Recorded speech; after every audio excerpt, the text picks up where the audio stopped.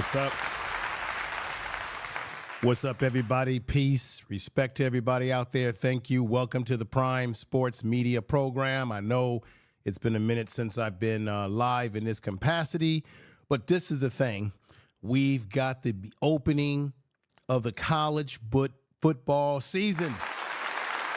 Yes. Last night is the great beginning of the season of college football. And what I'm most happy about is that we've all been waiting for this upcoming season for CU to show you what they can do.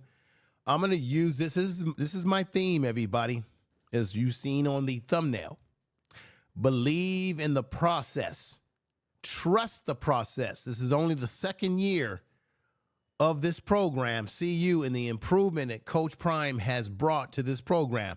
Now, there was a lot of controversy prior to this game, prior to this upcoming season. Coach Prime, you know, the media out there, there are some haters out there, people in the media doing all this talking. And Coach Prime had to put CBS on blast. And, you know, there's been a lot of distractions, people coming out with articles, trying to accuse the program as being some Wild Wild West type program where things are out of control and there's weapons and things of this nature, because people don't understand the lingo that these young people are using when they are describing playing football in certain positions. And I hope that Coach Prime and the university sues that reporter for coming out with such a blasphemy article and trying to create, this is what we call distractions, to distract this program, this football team, these players from focusing on the upcoming season. Okay, so last night, I originally wanted to go live last night while the game was playing and bring in the audio to the game. I'm going to be doing that from time to time. And but I had a chance to watch the game just like all of you last night. There were some things that I was very excited about. You can obviously pick out the things that they need to fix and improve on, and I'm going to talk about that. But it was pretty much obvious that this is not the same team of 2023. It is very obvious to me that they have some weapons on this team. They can do some damage. And you may say, well, how are they going to do some damage when it was a close game between them and North Dakota State, in which North Dakota State lost 26-31 to CU.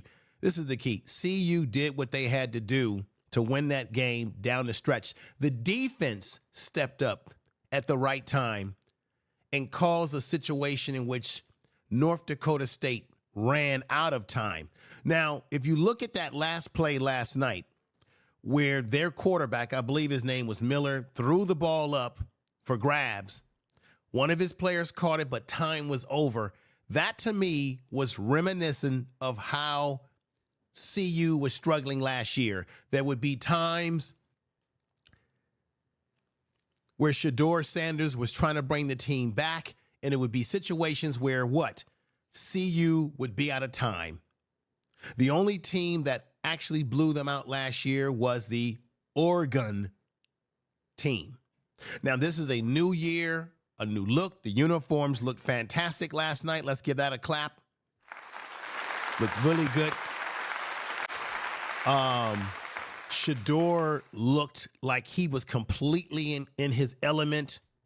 I believe Sheduer only got sacked because I want to show you something. Remember last year when Sheduer was taking a lot of punishment in the game with sacks. I'm going to put this picture up as a reminder of what happened last year that you did not see in that game last night, and you probably won't see in quite often, because last night I believe Deion Sanders only got sacked maybe one time. Now, of course, there were times when he scrambled, you know, away from pressure. But last night, he looked the most comfortable that I've seen him since they played last year against TCU, where he put up 5 100 and what was it, 12 or 10 yards passing. That was the most comfortable that I had seen Sheduer last night, throwing the ball, feeling comfortable. The offensive line is still going to be a work in progress. Why? Because they still have to get used to each other's voices, each other's movements, the nuances of the game. So Jordan Seaton, okay, Mayers, okay, everybody last night that was on that offensive line, we got to give them some kudos because they're going to get better. If that's the way they played, where they gave up only one sack that Sheduer had to endure. We're talking about Tyler Brown, who looked strong last night. Jordan Seaton is out. There was a play where you could tell Jordan Seaton is going to have to improve at that left tackle spot in terms of making sure guys don't get off on the edge on him, because there was a play where Sheduer had to scramble out quickly, almost could have been sacked. Jordan Seaton, for a freshman fresh out of high school, he's going to get better. What they had going with the offensive line was way better than they had last year. Justin Mayers, everybody that played, that contribute to the offensive line last night, I say kudos to them, because Sheduer was only sacked, looked like to be only one time, whereas last year he was in a lot of duress, where he walked off the field like this with a towel over his head, taking too many hits. Now, Coach Prime has told us time and time again, if you give Sheduer the time that he needs, you give him time, he can make miracles happen, okay? He can make miracles. And those miracles was in the manifestation of two guys last night from last year's team, Travis. I want to put these guys up here. The manifestation of what Sheduer did in the way he played, with having more time to throw the ball, okay? More time to do the things that he needs to do. It opened up the door for Jimmy Horn to damn near almost get 200 yards receiving last night. I think Jimmy Horn had 198 yards, all-purpose yards last night. He had 7 receptions. He had 1 TD, and his longest catch last night against North Dakota State was for 69 yards. That's a byproduct of Deion Sanders being able to have time to get the ball down the field, okay? Let's go over to Travis Hunter right now. Travis Hunter had, 7 receptions as well, 132 yards, all-purpose yards receiving for an average of 18.9. Let me just say this, Jimmy Horn Jr. had about an average of 28.3 average when he caught the ball, his receptions and what have you, whereas Travis was at 18.9. But this is the difference. Travis had 3 touchdowns last night, as you already know. His longest reception for last night's game against North Dakota State was 41 yards. He was sensational. The catch that he caught last night was sensational. I'm going to play a clip for you. I've got some footage of Coach Prime breaking some things down.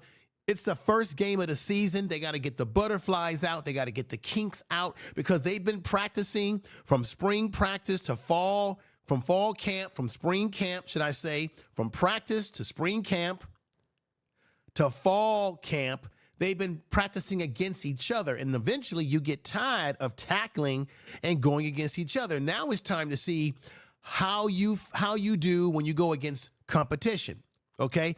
And believe it or not, because I know there's going to be some haters out there, everybody, that are going to say that that North Dakota State, an FCS team, was not competition. What do you know? Anybody that says that, they don't know football. The Bison team has been a dominant team within overall football for a very long time. And everybody out there within mainstream sports media, they were all concerned about this game for CU being a game that could be a sleeper, that if they were to go into this game and take North Dakota State lightly, we're looking at it being a long day of football for them. But it was obvious last night that CU, the players, everybody out there, they took this North Dakota State team very serious. And you gotta give kudos to North Dakota State for coming out there and playing a hard game. And this is why I think this game was important for it to be so nick and tuck, because this is a game in which they gotta get their legs, they gotta stretch their legs out. They gotta get confidence back into the program. And they're about to play Nebraska coming up. Let's pull up the schedule here. They're going to be playing Nebraska, I believe. Now, originally, we thought they were playing North Dakota State on the 31st. That's not true. But they're going to be playing Nebraska next week. And this is like a game that can tune you up, because that game against Nebraska, and they're going to be playing in Nebraska, it might be another one of these close nick and tuck type games. So CU, this was a great game, a great tune-up game to get them in the mindset of realizing that when they step on that field, you can't take anybody lightly, which I don't think they did. It's going to help them to make adjustments for Nebraska. They're familiar. Look, they're more familiar with Nebraska than they are North Dakota State, because they played Nebraska last year. So Coach Prime and his coaching staff, they're familiar with the Nebraska coach and his tendencies, and they're still players on that Nebraska team from last year. So I think that CU will have more of an advantage going into this week's game, next week's game, should I say, because there's more familiarity with that football team in comparison to what it was with North Dakota State. Now, North Dakota State is coming off of having a lot of success over the years. They got a new coach.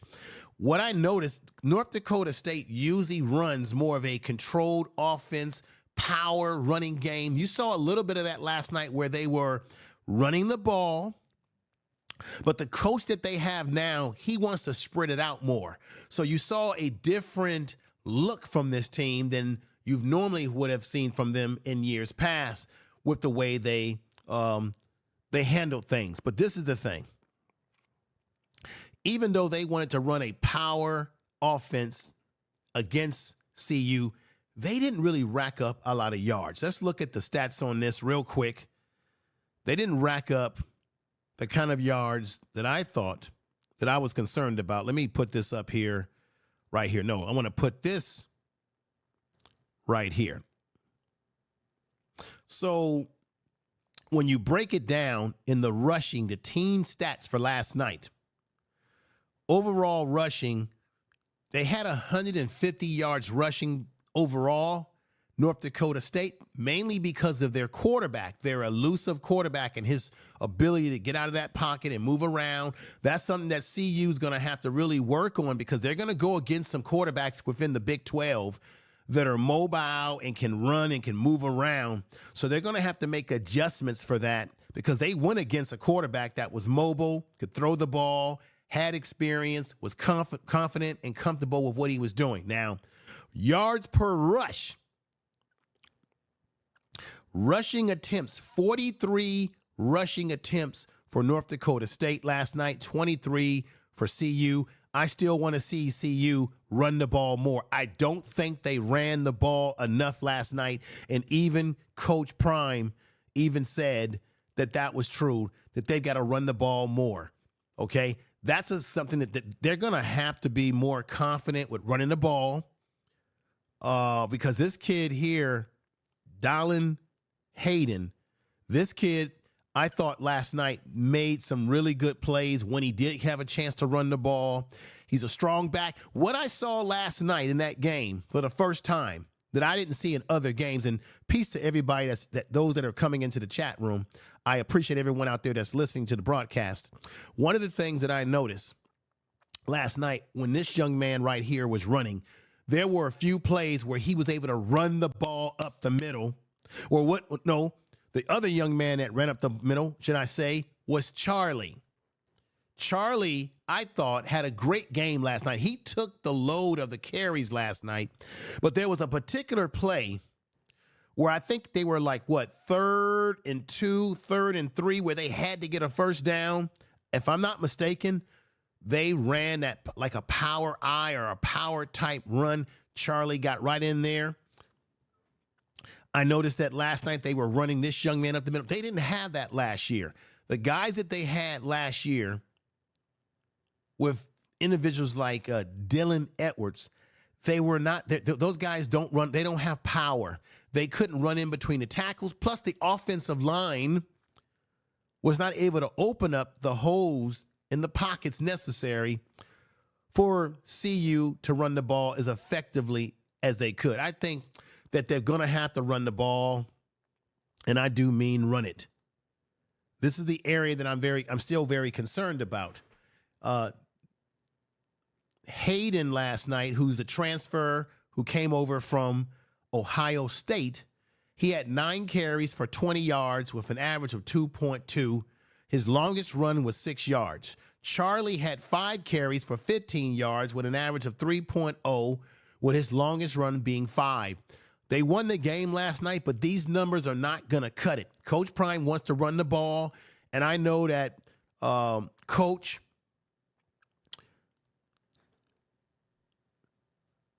Shermer, Pat Shermer, I know he wants to run the ball better than this, because when he was in the NFL, that was one of the things that he did a lot. He pushed the running game to open up the passing game with the play action.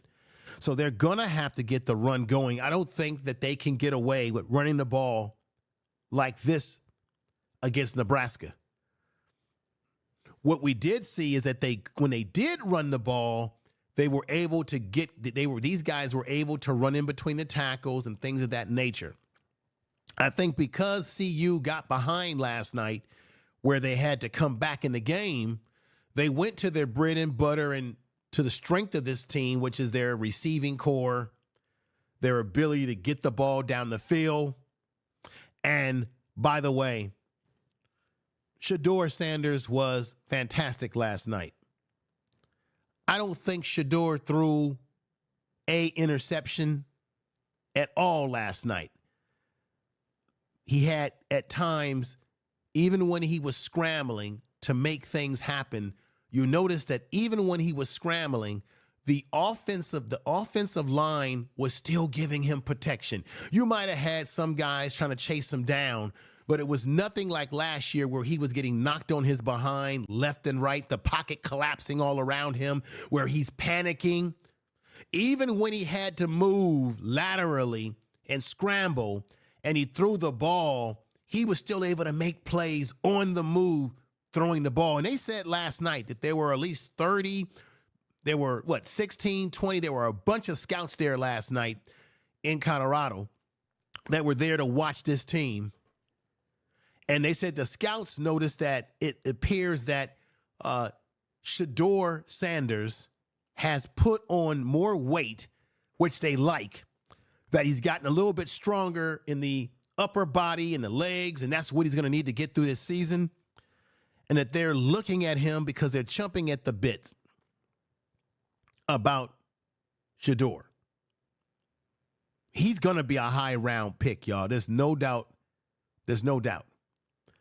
Now, when you put up Sheduer's numbers, as I said before, Sheduer went 26 for 33 with 445 yards, almost similar to what he did against TCU just a year ago. 4 touchdowns. Okay, now we correct myself. He had only 1 interception last night. 1 interception. Now, I'm going to tell you something about that interception last night. I didn't think it was an interception. Remember, CU was at the goal line. Sheduer was moving in the pocket. He threw the ball.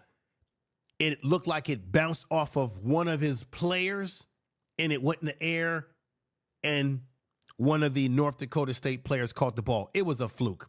It wasn't like Sheduer threw the ball right into someone's hand because he made a bad read or that he didn't have enough accuracy or power on the ball. But this is what bothered me about last night. If you look at the replay on that and look at it over and over again, I could have swore, maybe it's just me. Let me know if I'm wrong or I'm right, everybody. But it looked like the ball bounced off the turf. I could have swore when I looked at the replay that it appeared that that ball bounced off the turf for just 1 minute there and then went up into the air, bounced off of a player for CU, and then it became a live ball, at least we thought it was, where North Dakota State got the ball. I thought that the referees blew that call last night because I felt that that should have been a dead ball because I could have sworn that that ball hit the ground first. You let me know, ladies and gentlemen, those of you in the chat room, if you agree with me, if you think there was something fishy about how the referees called that part of the game last night, because that's the only turnover that Sheduer recorded last night. Okay?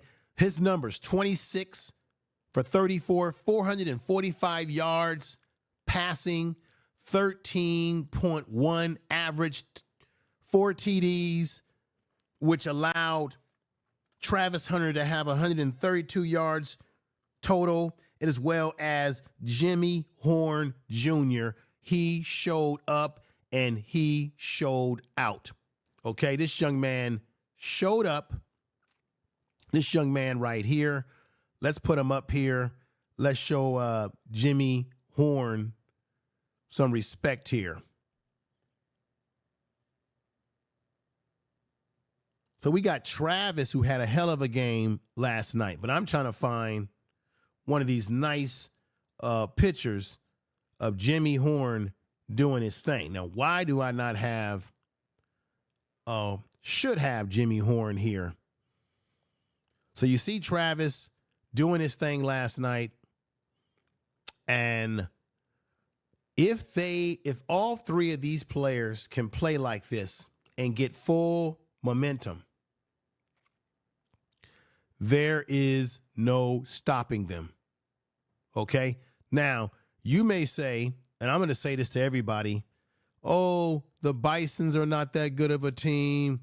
They didn't really play against nobody. That there is my man, Jimmy Horn Jr.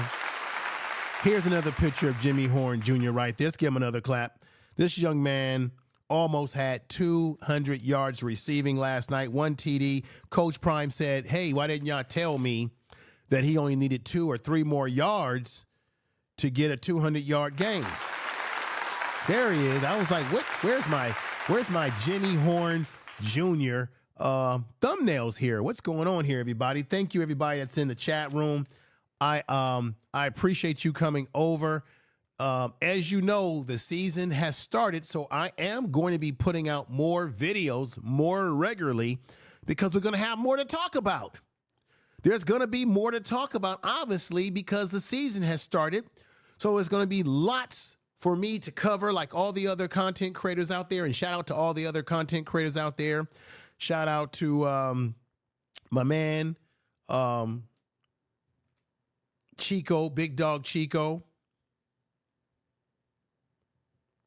And my man Talking Buffs out there. Just, I want to say respect to all the content creators because this is like a Christmas present for us yesterday because now we're going to have more to talk about with you as a great audience.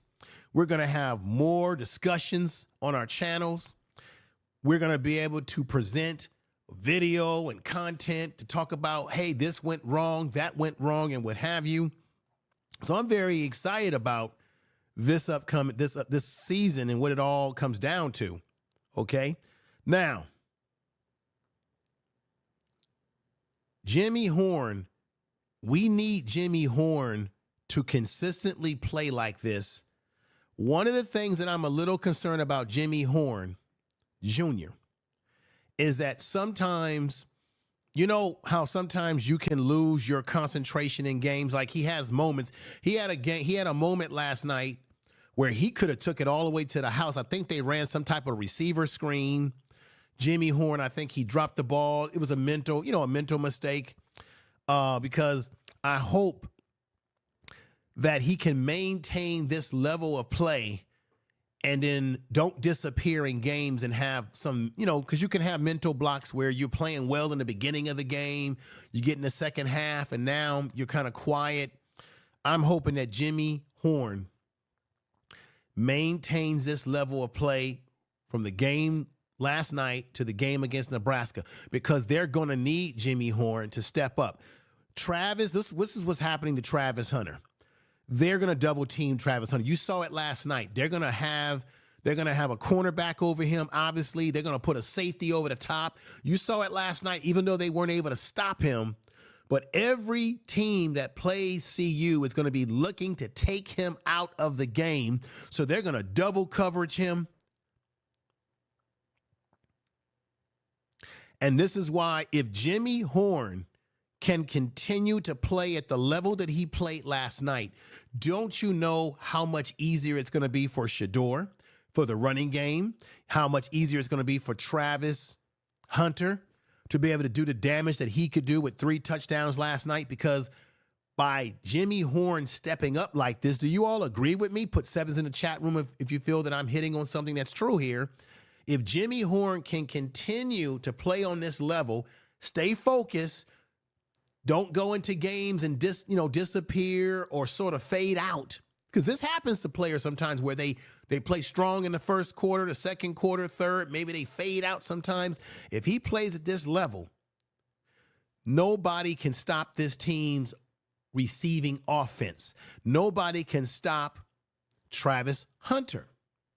Because now, once they double team him, and they can, and guess what? Travis Hunter can beat a double team. We saw it last night 2 times on this play right here, where he beat the cornerback and the safety was right over the top, and he was able to outbeat that safety for North Dakota State and get into the end zone for the touchdown, as you saw right here with him running. See? He was doing some things that I liked last night. And, of course, the unbelievable catch in the corner, and he was going back and forth with this guy right here.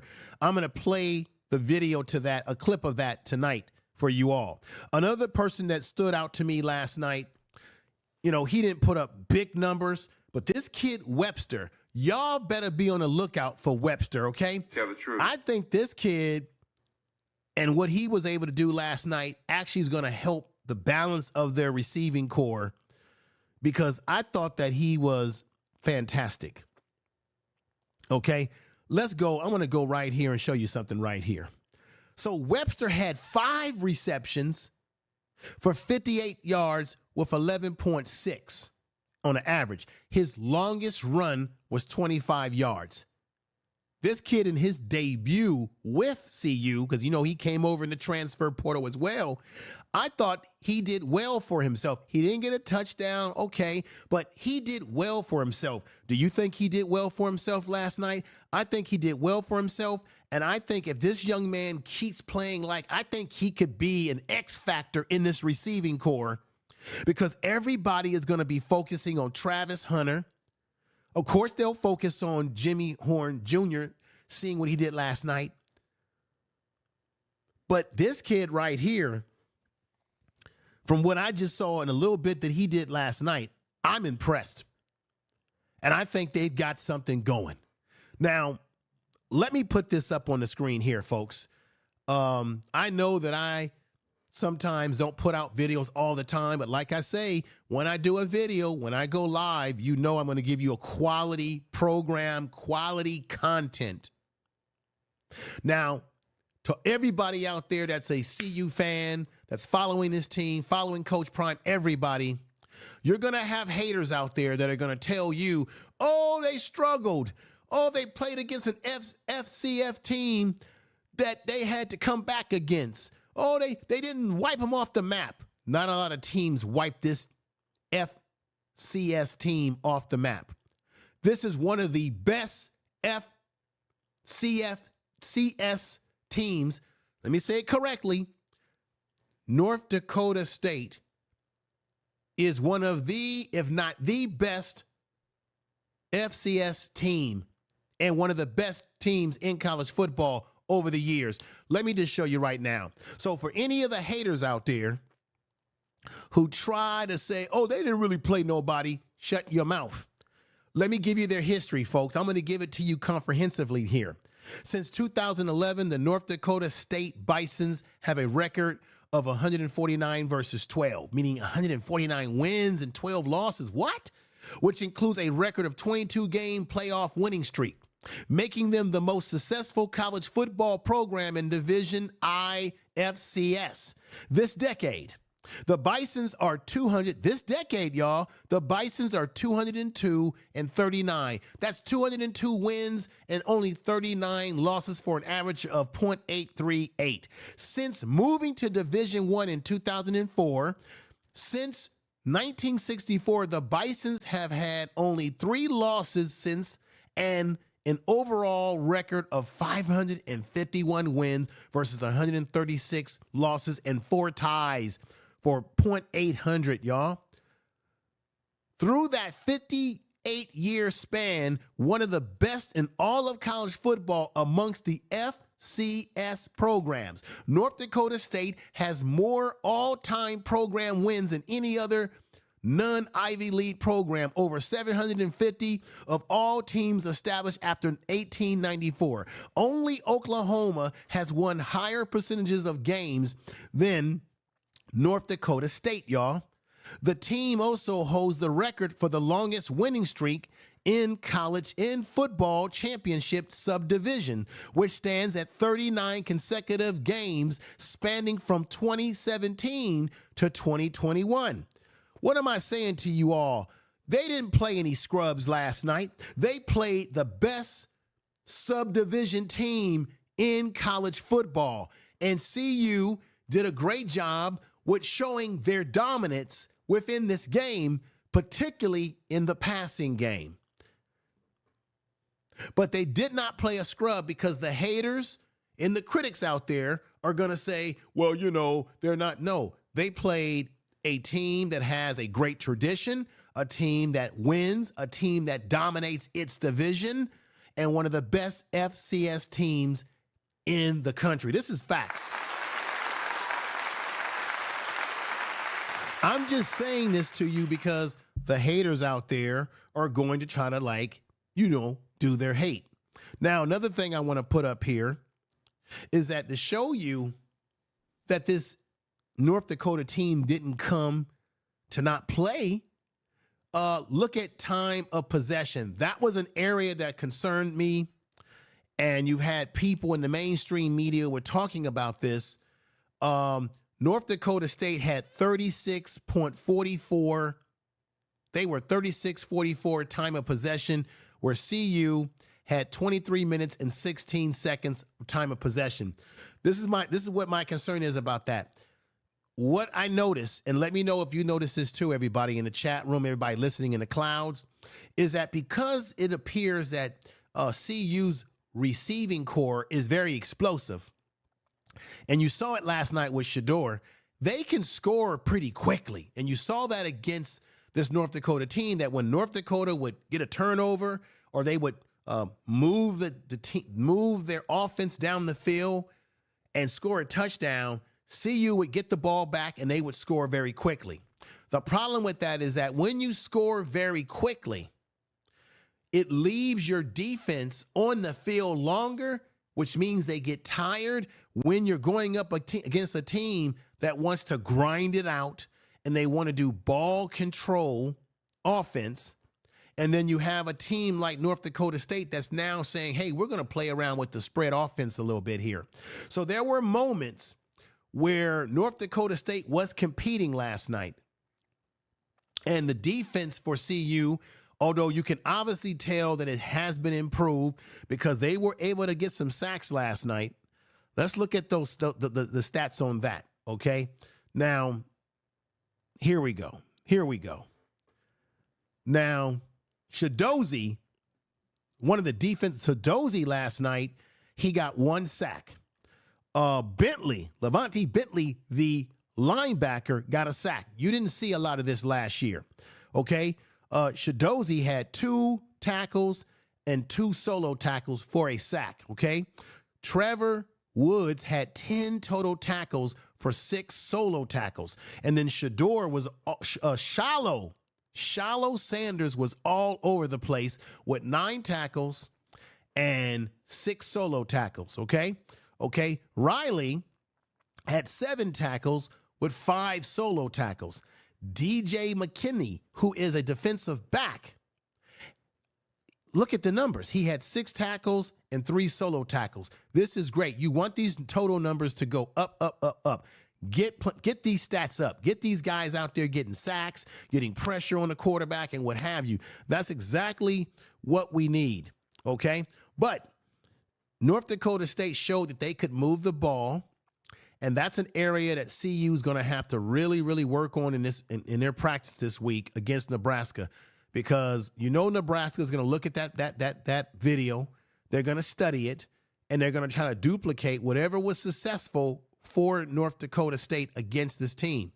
One of the things that I did notice last night that was different from last year's team, you didn't see North Dakota State running up the middle at ease. Now, they did have some runs, but a lot of their runs and a lot of their time possession came by way of their quarterback scrambling around and keeping his team alive. It really, if you really think about it, it really wasn't. Their running back did not shred. I think their running back only got what 20 yards rushing last night or something like that. Their running back, their running back did not shred us up. Their backs, we didn't get shredded. We got hurt by the quarterback scrambling and keeping plays alive. That's what hurt us in that game during the stretch. So this is an area that they're going to have to definitely work on.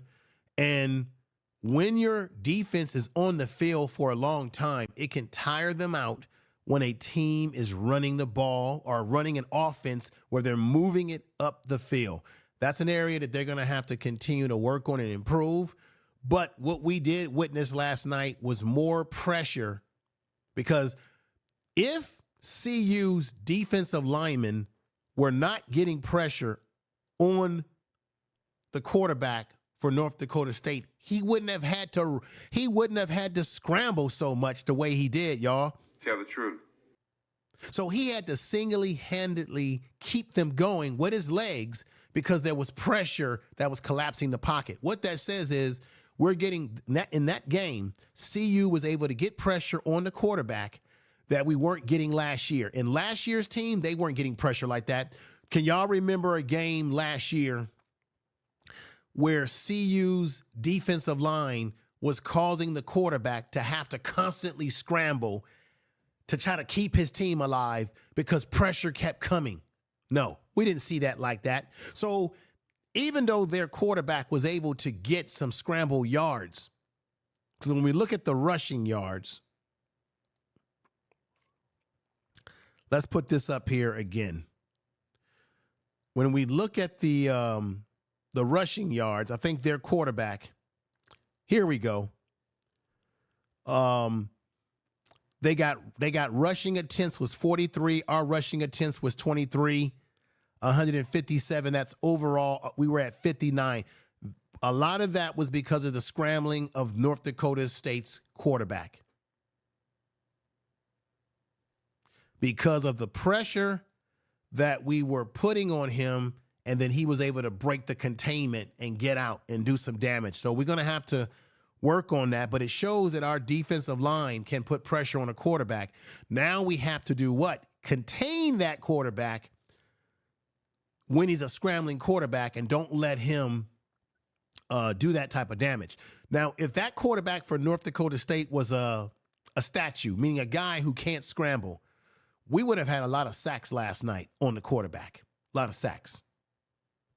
Because he wouldn't have been able to be as elusive as this quarterback was if he's a quarterback that. And another thing that they did last night is that North Dakota State has 3 quarterbacks, and I guess they all can run and move. So they brought in other guys who added to that total that could also move. So let's just keep that in mind, everybody. How's everybody doing out there? Put 7s in the chat room. Let me see. CU got slapped in the middle lane. Yeah, they in the middle lane, there were times, you're right about that. There were times where they were getting hurt down the middle. That still seems to be a problem. But what you say, sir, that overall, when you compare them to last year's situation, they were a lot more effective defensively in this game, even though it was a close game because they played against a very good FCS team. What you say that they were more effective than what we witnessed from last year's team. And once again, Deion Sanders, I don't even think Deion Sanders got sacked, but maybe one time last night. Deion Sanders was able to put that ball up and let it rip. That has to be a testament to the offensive line. And it has to be a testament to these young men like this, okay, Jordan Seaton, let me correct that, Jordan Seaton, Tyler Brown, Mayers, any of the brothers that played last night.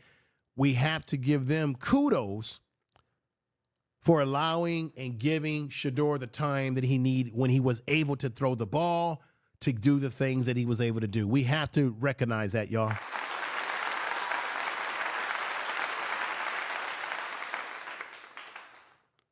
And did you all notice last night that this is Robert Livingston, the defensive coordinator for the team, obviously. Did you notice that there were a few times last night where they did employ the 4-2-5 defense with 2 safeties, a third safety down in the box, a Mike linebacker? Did you see that? This is the formation that I kind of saw last night, where it appeared that you had a safety over the top. You had the 2 linebackers, 2 safeties maybe dropped in the box, maybe some more corners or something. This is a 4-2-5 normal formation, which is designed for balance against playing against defenses formations at defending the run and the pass. It's designed to defend the run and the pass. So how many of you noticed this formation last night? Either that norm, 4-2-5 norm, or either this particular 4-2-5 defensive formation going against a team that's maybe passing with 3 wide receivers out, and you got 1 running back in the backfield. How many of y'all, and we saw this formation as well offensively, where CU had Travis Hunter isolated to one side, 2 wide receivers on the other side. Coach Prime has already said that when it comes to the tight end, he primarily wants the tight ends to be mainly focused on blocking, not so much receiving. How many of you all noticed that last night, these formations that I just put up, and how interesting that was last night?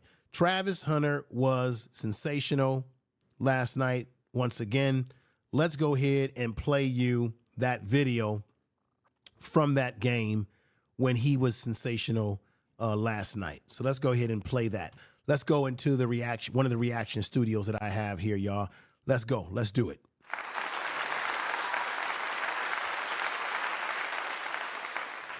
Check this out, y'all. 1, they just get it off into the end zone. Contact. What a catch! A miraculous, implausible, impossible catch by 12. This is a desperation throw. The play clock's... I'm stopping it right there. You can see they're saying it was a desperation throw by Sheduer. No, this was a throw that he knew his man, Travis Hunter, was going to take this ball and snatch it down. Watch this part again. Let's slow this down. This is a desperation throw. Boom, the ball's in the air. Oh, the play clock's running down.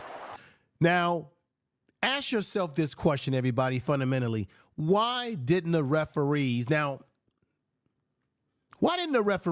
throw a flag on this play? Now, we know that Travis caught this ball, right? We know that. So we feel comfortable with the situation because he caught the ball. There he is. Here's another close-up picture. We know he caught the ball. But what if he did not catch the ball and you notice that the referees never threw a flag? This guy did a pass interference. How many of you agree with me that this was a pass interference? Even though he caught the ball, made the sensational catch, you notice there was no laundry on the ground. None of those. These referees in college football are horrible, in my opinion. But you'll notice none of these referees threw a flag. This was pass interference, y'all.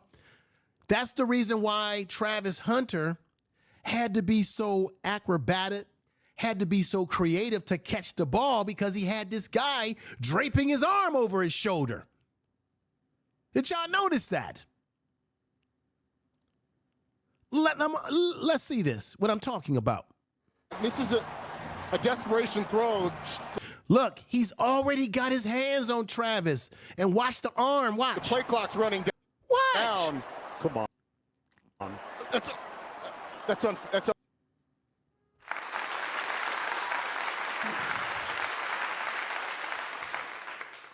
Is anything that I'm saying, everybody, making any sense to you? Do you think that there was something, let's just say, for the sake of it all, let's just say that Travis Hunter didn't catch that ball, and maybe they would have had a chance to do what?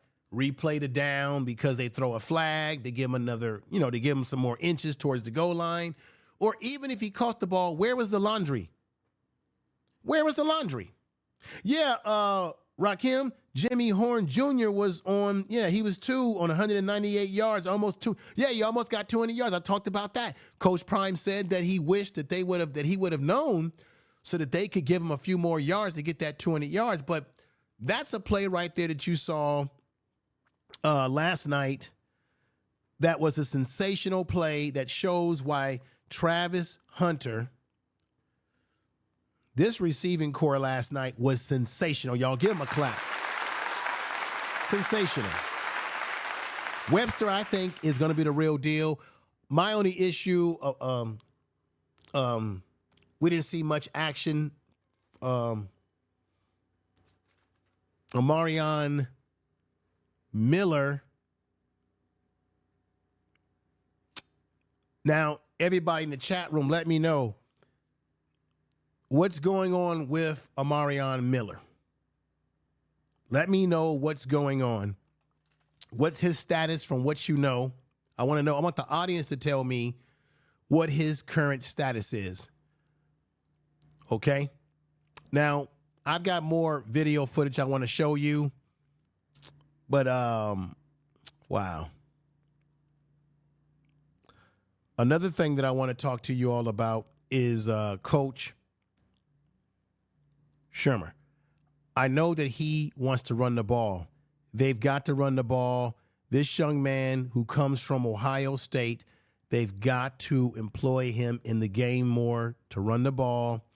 From what I understand, they like Charlie because Charlie's reliable. Charlie doesn't make a lot of mistakes. They said that last night on last night's broadcast, that he doesn't do things like fumble the ball. He knows his playbook. He works hard, which is why Coach Prime has praised him. He gets out there, he knows his assignment, and they were running him last night and giving him reps. But I think they definitely need to give this young man reps, because this young man, from video that I've seen of him when he played at Ohio State, before he got hurt at Ohio State, this young man can be sensational. That's Hayden, can be sensational, okay? Now, I want to show you something right here with Sheduer Sanders. Look at Sheduer able to throw the ball, get the ball to where he needed to get it. Look at this. Nobody's around him.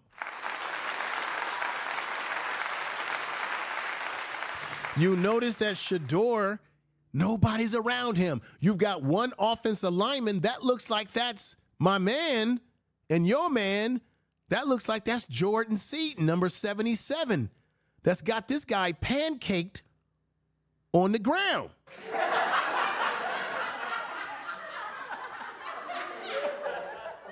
No, I want y'all to see that. He's got this guy pancaked. Look at this. This is the same picture right here of Sheduer. Okay? Didn't Jordan Seaton tell us that he watched Sheduer take those hits and he said, no, when I come on board, we're not going to let that happen. We're not going to have Sheduer looking like this. This Sheduer upright throwing the ball with plenty of time to look down the field and survey his receivers, right? And you can see it to the far left, you got big old Jordan Seaton. He got this guy completely pancaked down on the ground. That's what we didn't see last year. That's what we need this year.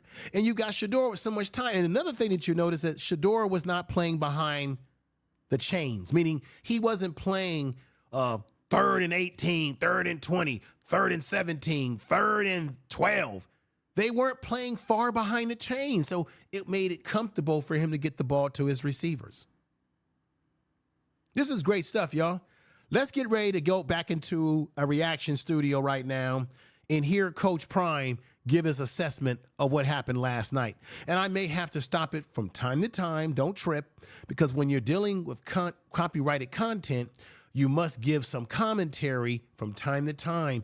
Play it, stop it, and give commentary.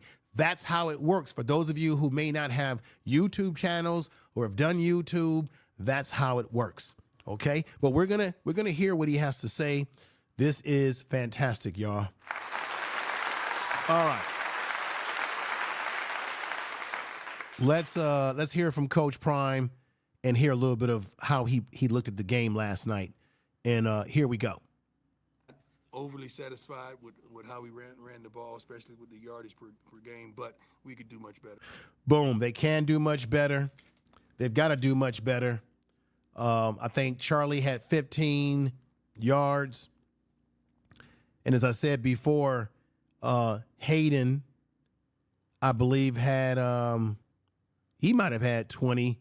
Let's go back in the stats again just one more time. I want to double check these stats one more time. So, yes, I was right. Hayden had 20 yards. And they got Coach Prime. Y'all got to do better. You got to do better. And he knows it.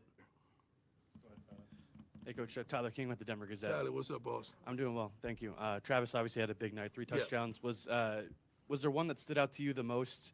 Every last one. Well, we called the first one, like, when you're playing against, what we got going on? We good? Coach Prime stopped because there's something going on in the post game, and he's like, what we got going on here? What's going on in this post game room? What's going on? Okay. Coach Prime like, wait a minute now. Is somebody, you know what I mean? He's like, wait a minute now. And let's continue. See? We okay? Coach Prime said, we okay? Something was going on. I wish I could see what was going on, y'all. It's crazy. Right? You could tell Coach Prime was like, wait a minute now. Let's get this room cleared out if we got somebody in here causing a distraction. Let's continue. Okay. Every last one of them. I mean, Travis is so explosive. We called it. We said that, you playing against some guys it's a pretty tough matchup for anybody. But then facts. When you bailing and you let him catch it and face you up, that's a problem. And he did what he does. Travis is a phenomenal player. Coach, as frustrated as you're telling us you are, do you take solace in the second half? It feels like you cleaned up the operation at halftime. Well, I don't think the operation was dirty. I just think we did some things. I know you guys couldn't wait to get on me if we wouldn't have won that game about going for it on fourth down. We didn't get it. Right. There was an issue where they went for it in fourth down. They didn't get it. And he's right. Coach Prime is right. If they would have lost this game, of course, the media would have been chomping at the bits to criticize, and they would have criticized. And I'm going to tell you right now, there's a lot of people in the national media, the Paul Feinbeins of the world, that little ball-hitting individual. Okay? There are some people in the media that are looking for Coach Prime to fail. They want to see these kids fail. They want to see this program fail because they don't like Coach Prime, and they're just waiting to see him lose. And they probably were hoping to see him lose against a team like North Dakota State to open up the season. Let's continue. We got to get that. We got to convert that. Like, that's kind of putting your stamp on, like, guys, we got to be physical. We got to be physical. We going to have to third or fourth and one. We got to get that. I believe in it. That's what I told Atlanta. I believe in you guys. I believe in you guys. So right. I'm glad you said that. Rakeem77, Jordan Seaton with the pancake maple syrup organic. I like that. I love it. I love it. I love it. Coach Prime loves it too, y'all. Okay? He love it. We loving it, and we're going to keep doing it. Here we go.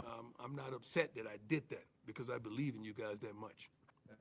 So you can hear Coach Prime saying that he went for it on the 4th and 1, the 4th down that they took, because he believes in his players. Now, you want to coach everybody to take chances like that because you want to know that your coach believes in you, right? And you want to, and it builds confidence for a football team. 17 play, 80-yard drive. You really were deliberate, took your time. I don't even know. That's how many plays we did? Yeah, 17, 80 play, 80 yards, about 8 minutes. Mm-hmm. Really took a lot of time off the clock there. Is that a good representation of what Sheduer and Pat's relationship is? They have a phenomenal relationship, and just the overall chemistry and the communication of the two, even, when he's on the field and hearing Pat say certain things to him. Let me tell you, he's going to tell you, but Sheduer is such a good kid. Sometimes it cost him, because at the end of the game, we just want to run the ball. Let's get out of here. And he took a shot, to LeJohntay, because he wanted LeJohntay to have a big play. Because you got the other two guys, the dogs, having a big play. And LeJohntay is the young man. I think he had 58 yards receiving. I'm going to say it again. I think this is LeJohntay Webster. This is the young man that they really wanted to get during the offseason. And he came over, and here he is again right here. I was very impressed by the plays that this young man made when he made them. I think he's a great addition. I'm going to make, from what I assess for everybody, it is obvious. You can just look at the last night's game, even though it was a back-and-forth game. It is obvious to me that this team is better than they were last year. And I want to say, am I wrong or am I right? Does it appear that CU seems more physical? Because that was a physical game last night. Do they appear a little bit more physical than they were a year ago? Let me know in the chat room what you feel. If you agree with me, you can put 7s or what have you, or let me know in the chat room, and let me know in the comment section of this video. Let's continue with Coach Prime. He know he's going to have a one-on-one matchup. He just didn't put it out there far enough. But that's his character. I'm like, dog, come on, dog. Not right now. It's not time to be the good guy right now. It's time to let's put this game away. But that's what that was. So we checked into it? He wanted what he wanted. Let's just put it like that. Usually he hits it. Hey, Coach. Brian Howell from Daily Camera. Good. How are you? That last drive, though, not running the ball, like throwing the passes, is that something that, you guys couldn't really run the ball effectively a lot tonight? I'm not going to say that. You got to understand, you got to take what people give you. You can't take what you want, and it's not there. Right. This is what this is what people don't seem to understand, folks, especially a lot of these so-called mainstream sports writers. And a lot of these guys have never played sports themselves. They never even played in a high school football team or played high school basketball. I've played sports growing up in high school, and a lot of these guys, they've never really, hell, some of them can't even dribble a damn ball or throw a football, these sports writers, right? And the reason why I say that is because Coach Prime is right. You have to take what a team gives you. What they would have liked to run the ball better last night, I'm sure. And I'm saying it just in general. They've got to run the ball better, especially against a team like Nebraska. But a lot of times you go into a game with a game plan that you want to throw the ball these many times or run the ball these many times. And depending on what the team does to you that you have to adjust to, it will probably change your game plan based on what that team is giving you and taking away from you. But let's hear Coach Prime some more. What is it? What did he throw for? 445 yards? You think we upset? Right. Who upset? So, they didn't have a running game. Well, the passing game looked pretty darn good today. So let's be appreciative and thankful that we got one of the premier guys in college football. Right. Sheduer threw for 445 yards, 4 TDs, 1 interception only. I think he was only sacked once. That's great compared to last year. He went 26 of 34. So Coach Prime is correct. Tell the truth. All right, let's go. Spinning it. We're going to run the ball.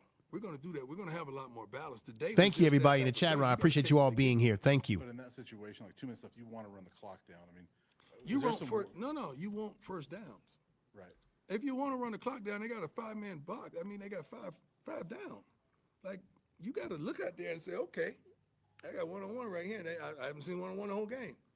Right. See, this is the thing. Coach Prime has forgotten more football and knows more football and has forgotten more football than these guys that are interviewing him and asking him questions at this press conference that they will ever know and ever will ever know.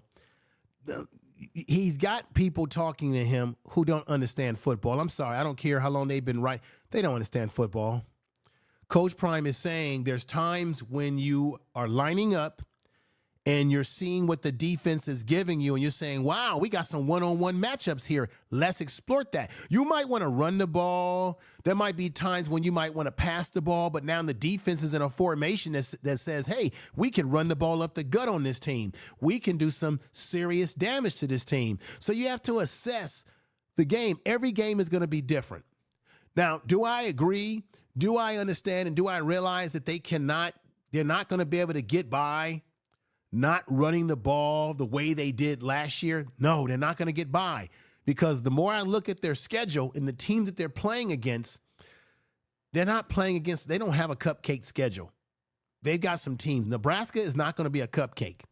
And Nebraska is going to be motivated to come into their own home football stadium and try to exercise the demons from last year when they lost to CU. Let's continue with Coach Prime. So I got to do what I got to do to move these chains, and that's what that is.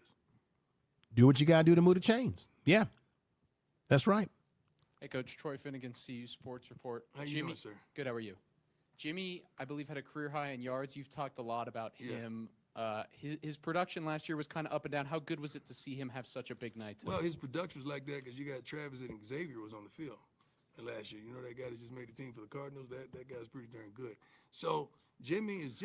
Let's give kudos to Xavier, who has made the Arizona Cardinals, y'all. He played on the team. I think that Jimmy had a big game last night. I'm going to say it again because I think he was just too good for the guy that was covering him. He was too good for this team. But we cannot deny the fact that when you've got a Travis Hunter on the field, then it's just like when Coach Prime played in the NFL. He could blanket a whole side, right, by himself. Well, look at Travis Hunter the same way. As a receiver, it forces the other teams to have to try to blanket him with double coverage, which can open it up for other guys if they take advantage of the opportunities. Jimmy Horn took advantage of opportunities that was brought to him because the offensive line, and they're going to get better, y'all. The offensive line gave Sheduer the time to go to work and operate. That's a fact. Tell the truth. So that's an improved offensive line off the get-go, because they didn't get that happening like that all last year. In the TCU game they did, but I don't get the feeling that they're going to repeat last year's season this year. The team, I think, is better. What do you all say, everybody in the chat room? Let's continue to hear Coach Prime. Jimmy, you never see Jimmy pouting. You never see him jogging a route. Jimmy going to give you every darn thing he has. And with the burden that he has on his shoulders, Jimmy's playing for Pop, man. Jimmy just came back, from court, seeing his father sentenced, man. And going to turn around and flip it and come out there and give you that? That was our... That is when you got a family member that's I think Jimmy Horn's father, Jimmy Horn Jr.'s father, is he's in prison. They've talked about his story, about his situation. That's very emotional, and it makes me wonder if Jimmy Horn Jr.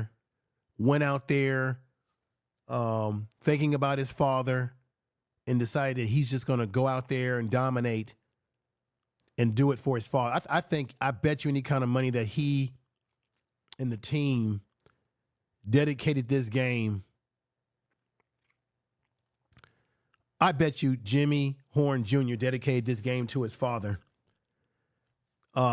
It's no doubt in my mind, hearing what Coach Prime is saying, that this young man went out there with a heavy heart, knowing that his father being sentenced and that he wanted to go out there and show up, show out.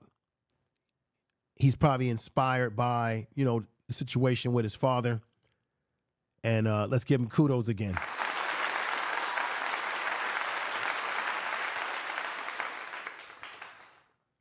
Let's go back to Coach Prime, everybody. I really appreciate everyone that's here listening to the program today. Thank you for your support. Conversation, chairman in that thing right now. Like that's keeps him going, because he's trying to make it right for Pops when he get out, man. So I'm so appreciative of him, and I love him like a darn son, man. I'm so proud of him as well. And I knew he was gonna get down tonight, and he did what he did. Hey, Coach. Scott Proctor. Tell the truth. How you doing? How you doing, sir? I'm doing well. Obviously, Sheduer did his thing tonight. Yes, I think sir. he was sacked only one time. What are your kind of initial thoughts on the offensive line tonight? Obviously, a new group, some guys moving around positions, both in the pass game and run game. Well, I'm happy. You would love, like I said, you would love to run the ball a little more, but shoot, you got over 500 yards of total offense. I thought I'm pretty good. I go home, I'm gonna sleep good, really good tonight with that. So Tell the truth. I'm cool with that. We would like to see a little more balance, but what is balance? Balance is wins, really. That's what balance is. Nobody says nothing when you win. It's true. If they would have lost this game last night, y'all, then you would have everybody trying to call for Coach Prime to be fired. You would have everybody out there saying this is nothing but hype. He's hype. The team is hype. You would just have all sort of nonsense that would be put out there. But then he wins. He wins a game, and then, of course, the critics say A, B, and C, and he says, hey, we take what we can get. Every game that they play in this season is going to be different. Sheduer is going to have games where he's under fire, right? But I hope that he doesn't have a lot of games under fire, because this offensive line, I'm looking to this offensive line to do what they need to do and what is necessary to keep the young man upright and going forward towards a successful season, a successful year. I think they are capable of surprising people, and I would love nothing more than them to do that, to shut some of these naysayers down. Let's continue. Hey, Coach, Mike McFeely from the Fargo Forum. I know you spoke a little bit to it earlier, but their quarterback, Cam Miller, number 7. God, he played good. Just speak to that a little bit about it. Yeah, That kid was good. That kid, Cam Miller, was good last night. Like I said, he was scrambling. He was moving around. He's mobile. But I'm going to say this again. A quarterback doesn't have to scramble like that unless there's pressure breathing down his back. Tell the truth. That means that the CU's defensive line was putting some pressure on him that made him uncomfortable, that caused him to get out of that pocket and scramble and make some plays. So they're going to have to, they'll probably work on ways to see how they can contain these type of quarterbacks. It's going to be tough because they're going to be playing against some more quarterbacks that are mobile like this guy, Miller. So let's continue to hear this. Both of those kids play well, man. They did what they came to do. They were very effective, not only throwing the ball, especially between the numbers, and running the football. I don't know if they completed over 2 balls outside the numbers, but they did a phenomenal job executing their offense. That kid has a grasp on his offense. He checked them in some things. Did a great job, man. I'm proud of him. I got a chance, because I don't know many head coaches around college football, but I got a chance to exchange pleasantries before the game with their head coach, and normally, I don't know protocol. I just go out there and I'm here for my team, man. I don't know. I'm learning. I guess that's what you're supposed to do every game. Couple more, Troy, go ahead. From the Denver Post. Coach, with Sheduer, he obviously had a huge game. Is there a moment during the game you have to remind him to either slide or be more careful? Given at one point, I don't know if he I don't have to remind him that. I'm just reminding him during clock. I say, you see that big thing up there? That's a clock. Those numbers up there running down like that, that's for you, okay? Look at that, so I don't have to burn this time out. So. Coach Brown said, look at that clock. Last night there was a moment, everybody, where I got a little scared.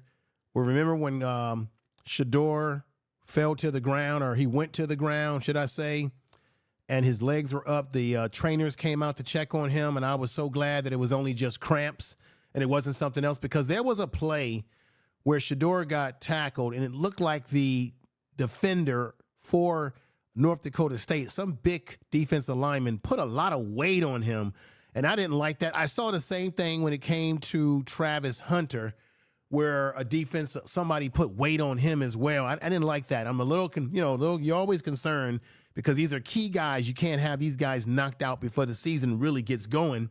You don't want them knocked out of the game whatsoever. You're going to need these guys. These are the bread and butter guys that's going to get you to the promised land, right? Tell the truth. So I was a little concerned about that. But no, last night he had a cramp situation, and it all turned out just fine. Let's hear the rest of Coach Prime.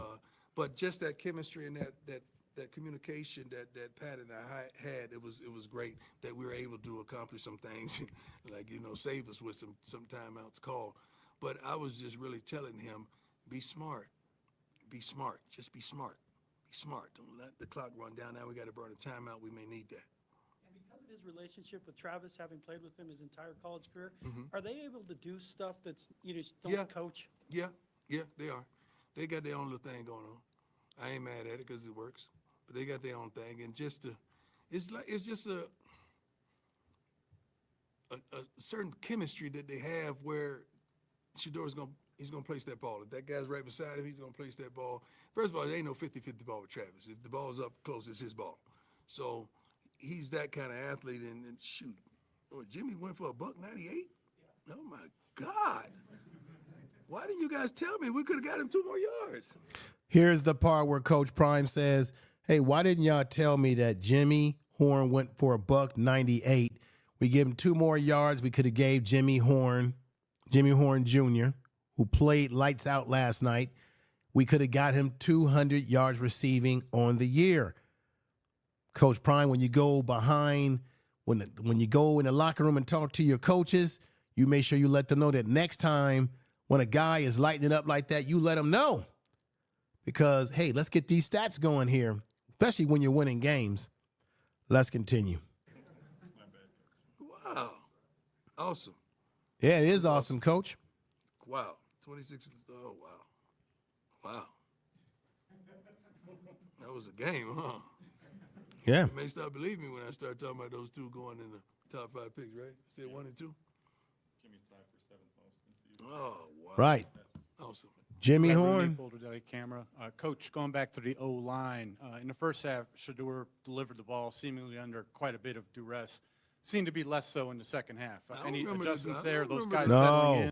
What is this guy talking about? Yeah. No. Sheduer was not under the same type of duress as he was a year ago when he had the towel over his head. No. He did have a lot of command of things in the second half because, of course, you make adjustments. You get better in the second half, right, with good coaching. But even in the first half, Sheduer was still slinging that ball around. How the hell, let's just break this down. How the hell could Jimmy Horn Jr. get damn near 200 yards receiving, okay? Then you've got Webster, who got 58 yards yet last night. Travis Hunter gets 132 yards receiving for 3 touchdowns. Jimmy Horn gets a touchdown. If Sheduer was under serious, I'm talking about serious duress, he would have never been able to put up those kind of numbers. But let's hear Coach Prime's opinion about this. And remember, offensive lines in football, whether it be high school, college, or the NFL, the offensive line on a football team, when you put new guys together, technically takes the longest for guys to gel. It's usually the offensive line that takes the longest to gel. So considering that they put this offensive line together and this is the first official game they've had, you got to give them some credit. You know, of course, things can be improved, and they're going to improve, but let's hear Coach Prime again. That was a game, huh? They may stop believing me when I start talking about those two going in the top 5 picks, right? Said 1 and 2? Jimmy's tied for 7th most. Oh, wow. Awesome. Who Pat else? Rooney, Boulder Daily Camera. Coach, going back to the O-line, in the first half, Sheduer delivered the ball seemingly under. In the first half, Sheduer delivered the ball seemingly under quite a bit of duress. Seemed to be less so in the second half. Any adjustments there? Those guys settling in? I don't remember the duress in the first half. I remember. Jimmy get hit a lot in the first half. I don't know. I didn't see that. I saw him. What was his statistics in the first half? Like 13 for 15? He stood in there, but probably not. Right. Sheduer went overall for the end of the game. He went 26 of 34. Once again, 445 yards, 4 TDs. Yes, there probably was some pressure that North Dakota State was bringing, but it was nothing like the stuff that he was going through a year ago. And Coach Prime is saying, I don't remember, let's continue. What, you want to see your guy getting hit that much? Well, you never want to see your son get hit,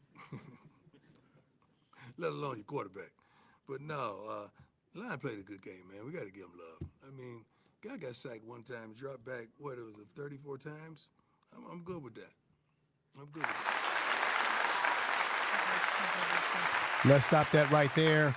Let me let you hear as we get close to the conclusion of this podcast today. I really appreciate all of you coming over, and definitely share this video and all your social media. Let people know about the channel. I really appreciate you all out there listening and have been supporting the channel. I want to say thank you again for watching. I got one more clip I want to show you. Like and comment on this video when you get an opportunity. Share the video on all your social media. Share it on Facebook. Share it on Twitter. Please share and share alike. Thank you, and subscribe to the channel.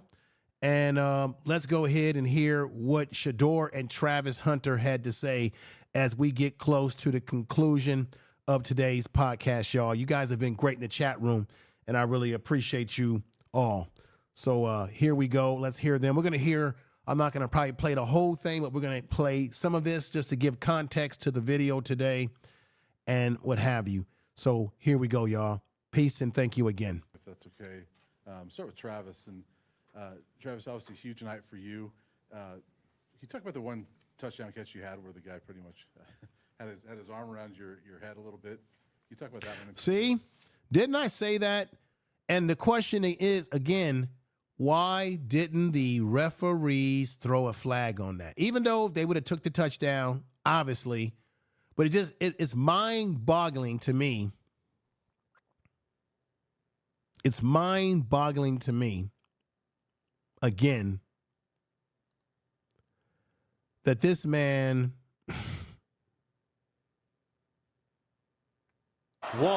they just get it off into the end zone. Contact.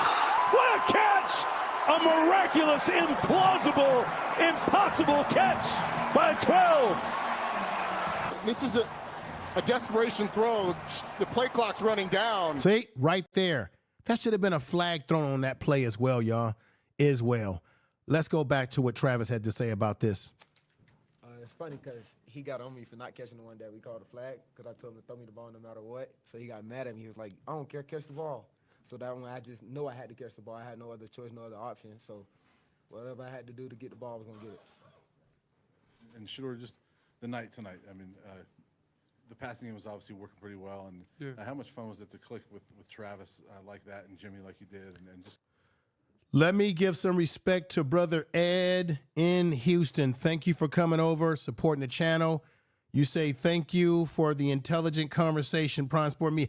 I try my best whenever you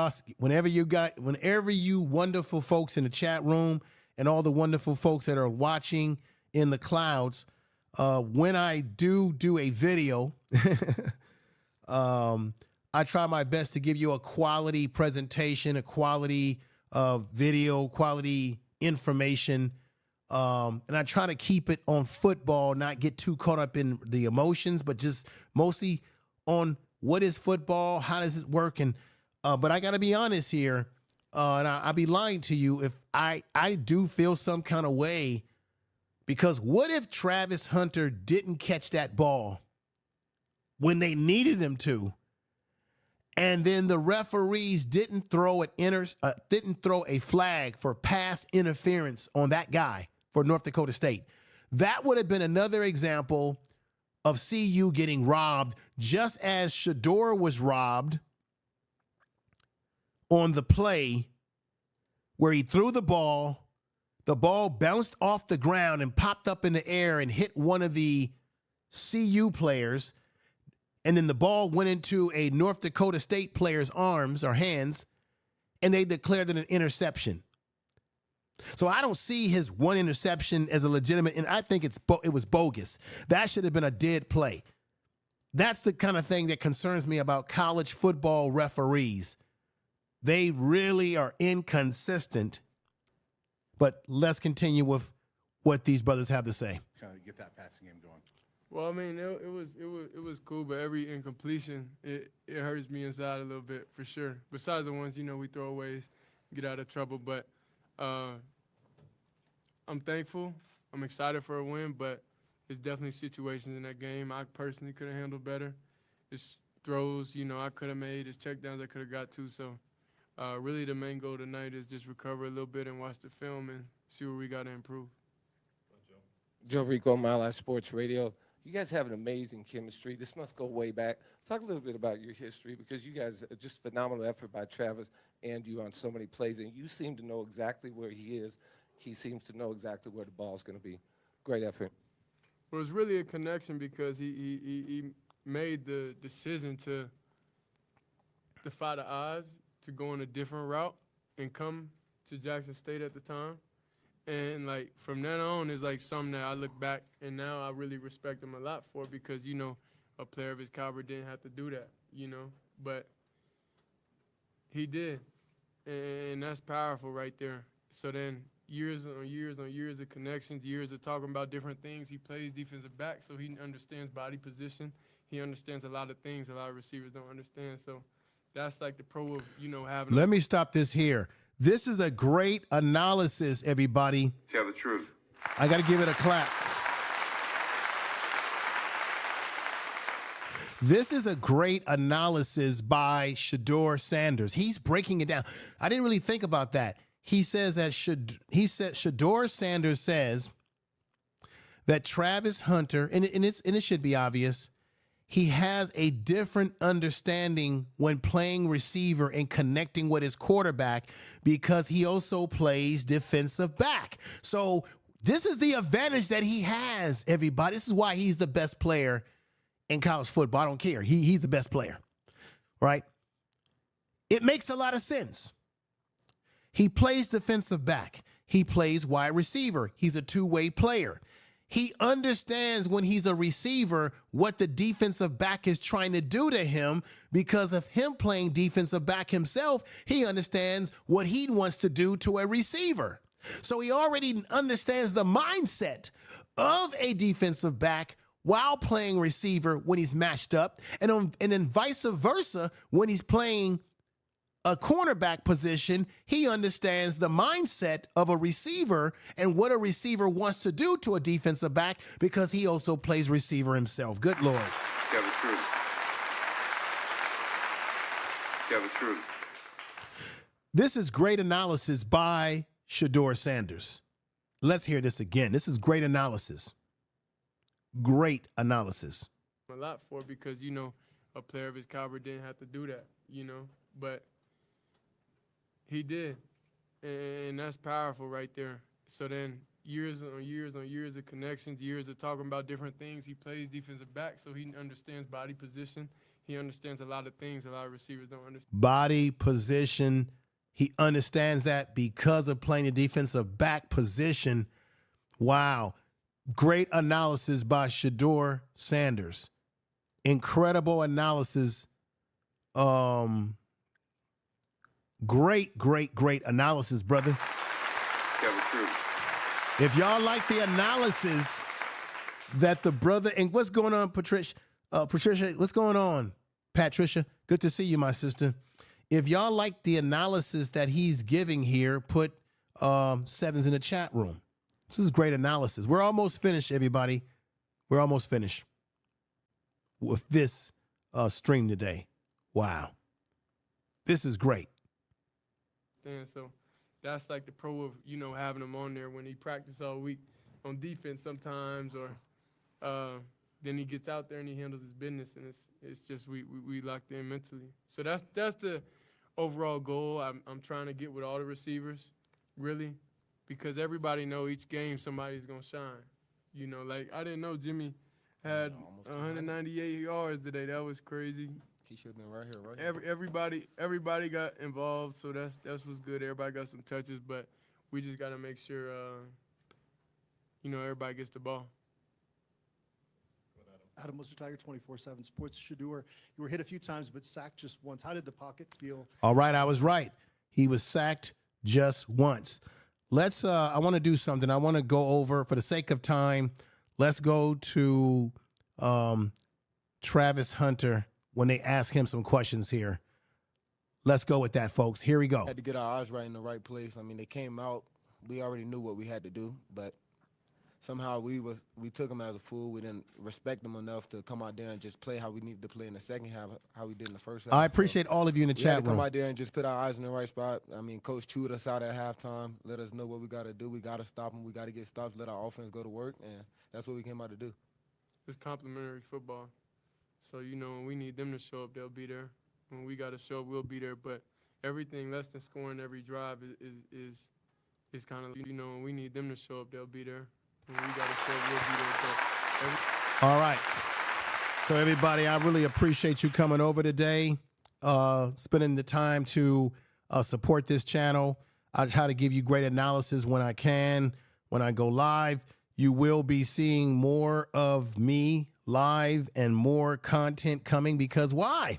I said at the beginning of this podcast, the season has started, and now we're going to have, all of us content creators will have more to talk about. You'll have more to talk about as well.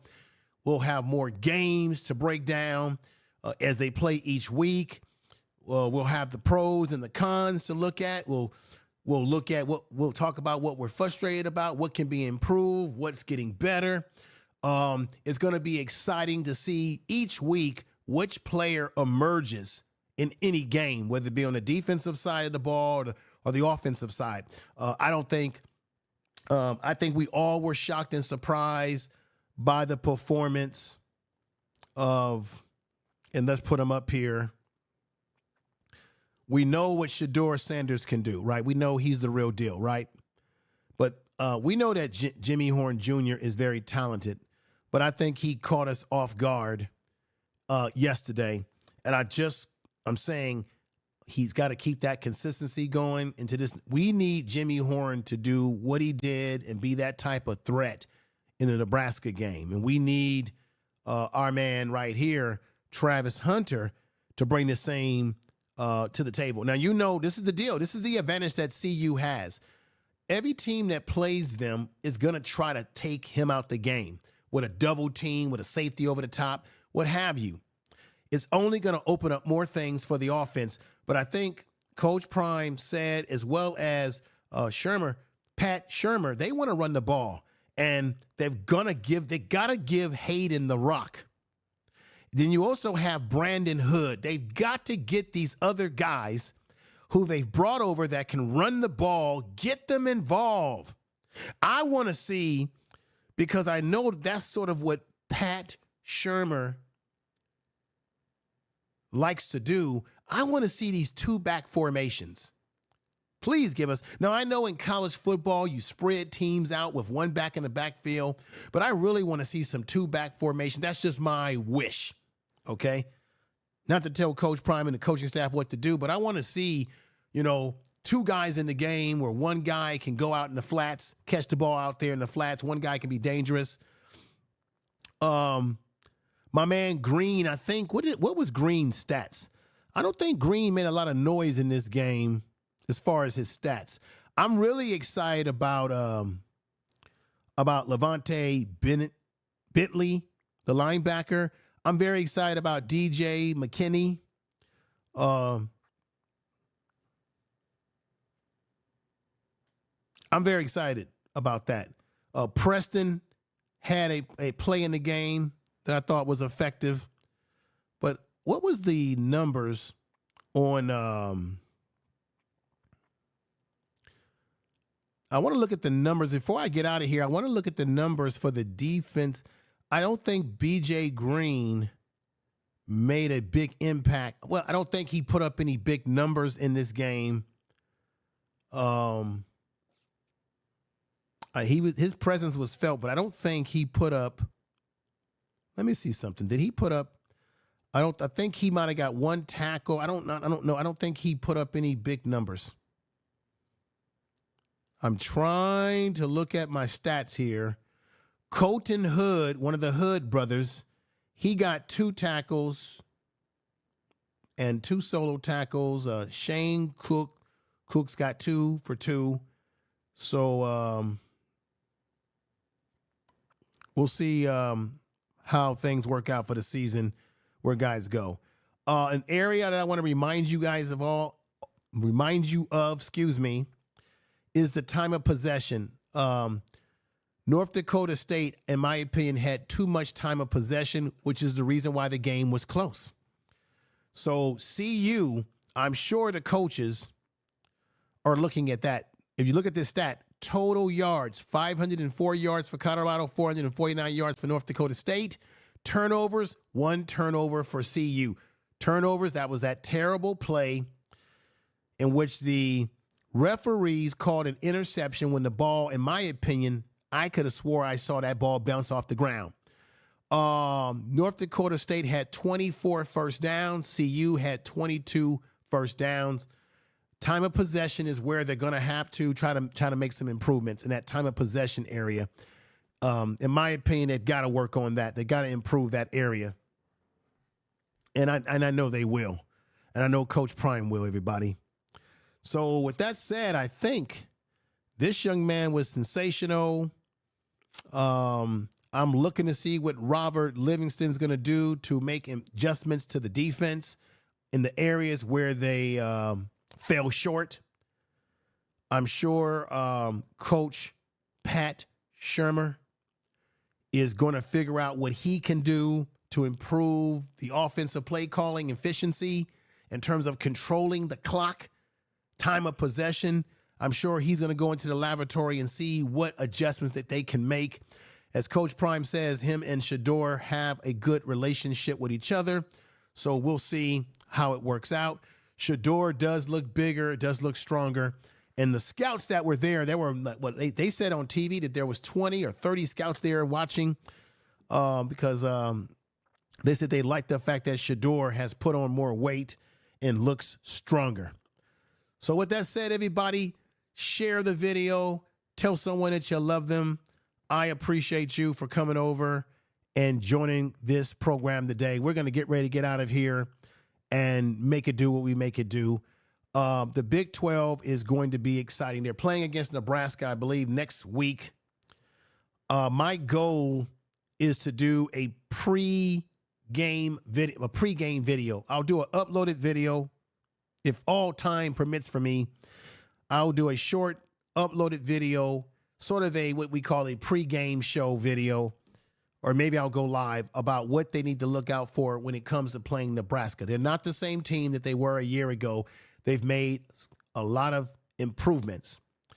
But as I said in the earlier start of this video today, this broadcast, this podcast,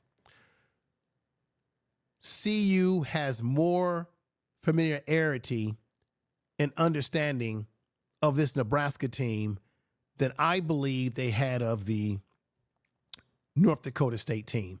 Although Travis Hunter said in yesterday's press conference, or yesterday after the game was over, Travis Hunter did make mention that he had been studying hours of tape. This is why this young man is great. He studies hours of tape on this North Dakota team. Well, he's going to study hours of tape on Nebraska. This is why Travis Hunter is what he is, because you have to study. You have to practice. You have to work on your technique and on your craft and take it serious. This is why he's going to the NFL. This is why the scouts are drooling over him. And there's a big debate over if he was to be drafted, will he play receiver in the NFL? Will he play defensive back? Because he's good at both. But I think receiver is where a lot of teams will probably be looking at him. That's just my opinion. We'll see how that works out. Okay? With that said, everybody, I hate to leave because I've been enjoying your company and I'm enjoying this broadcast. Y'all take care. Thank you for being here. Shirley, I see you. Ed, I see you. Everybody in that chat room, put 7s in the chat room if you've enjoyed the program today.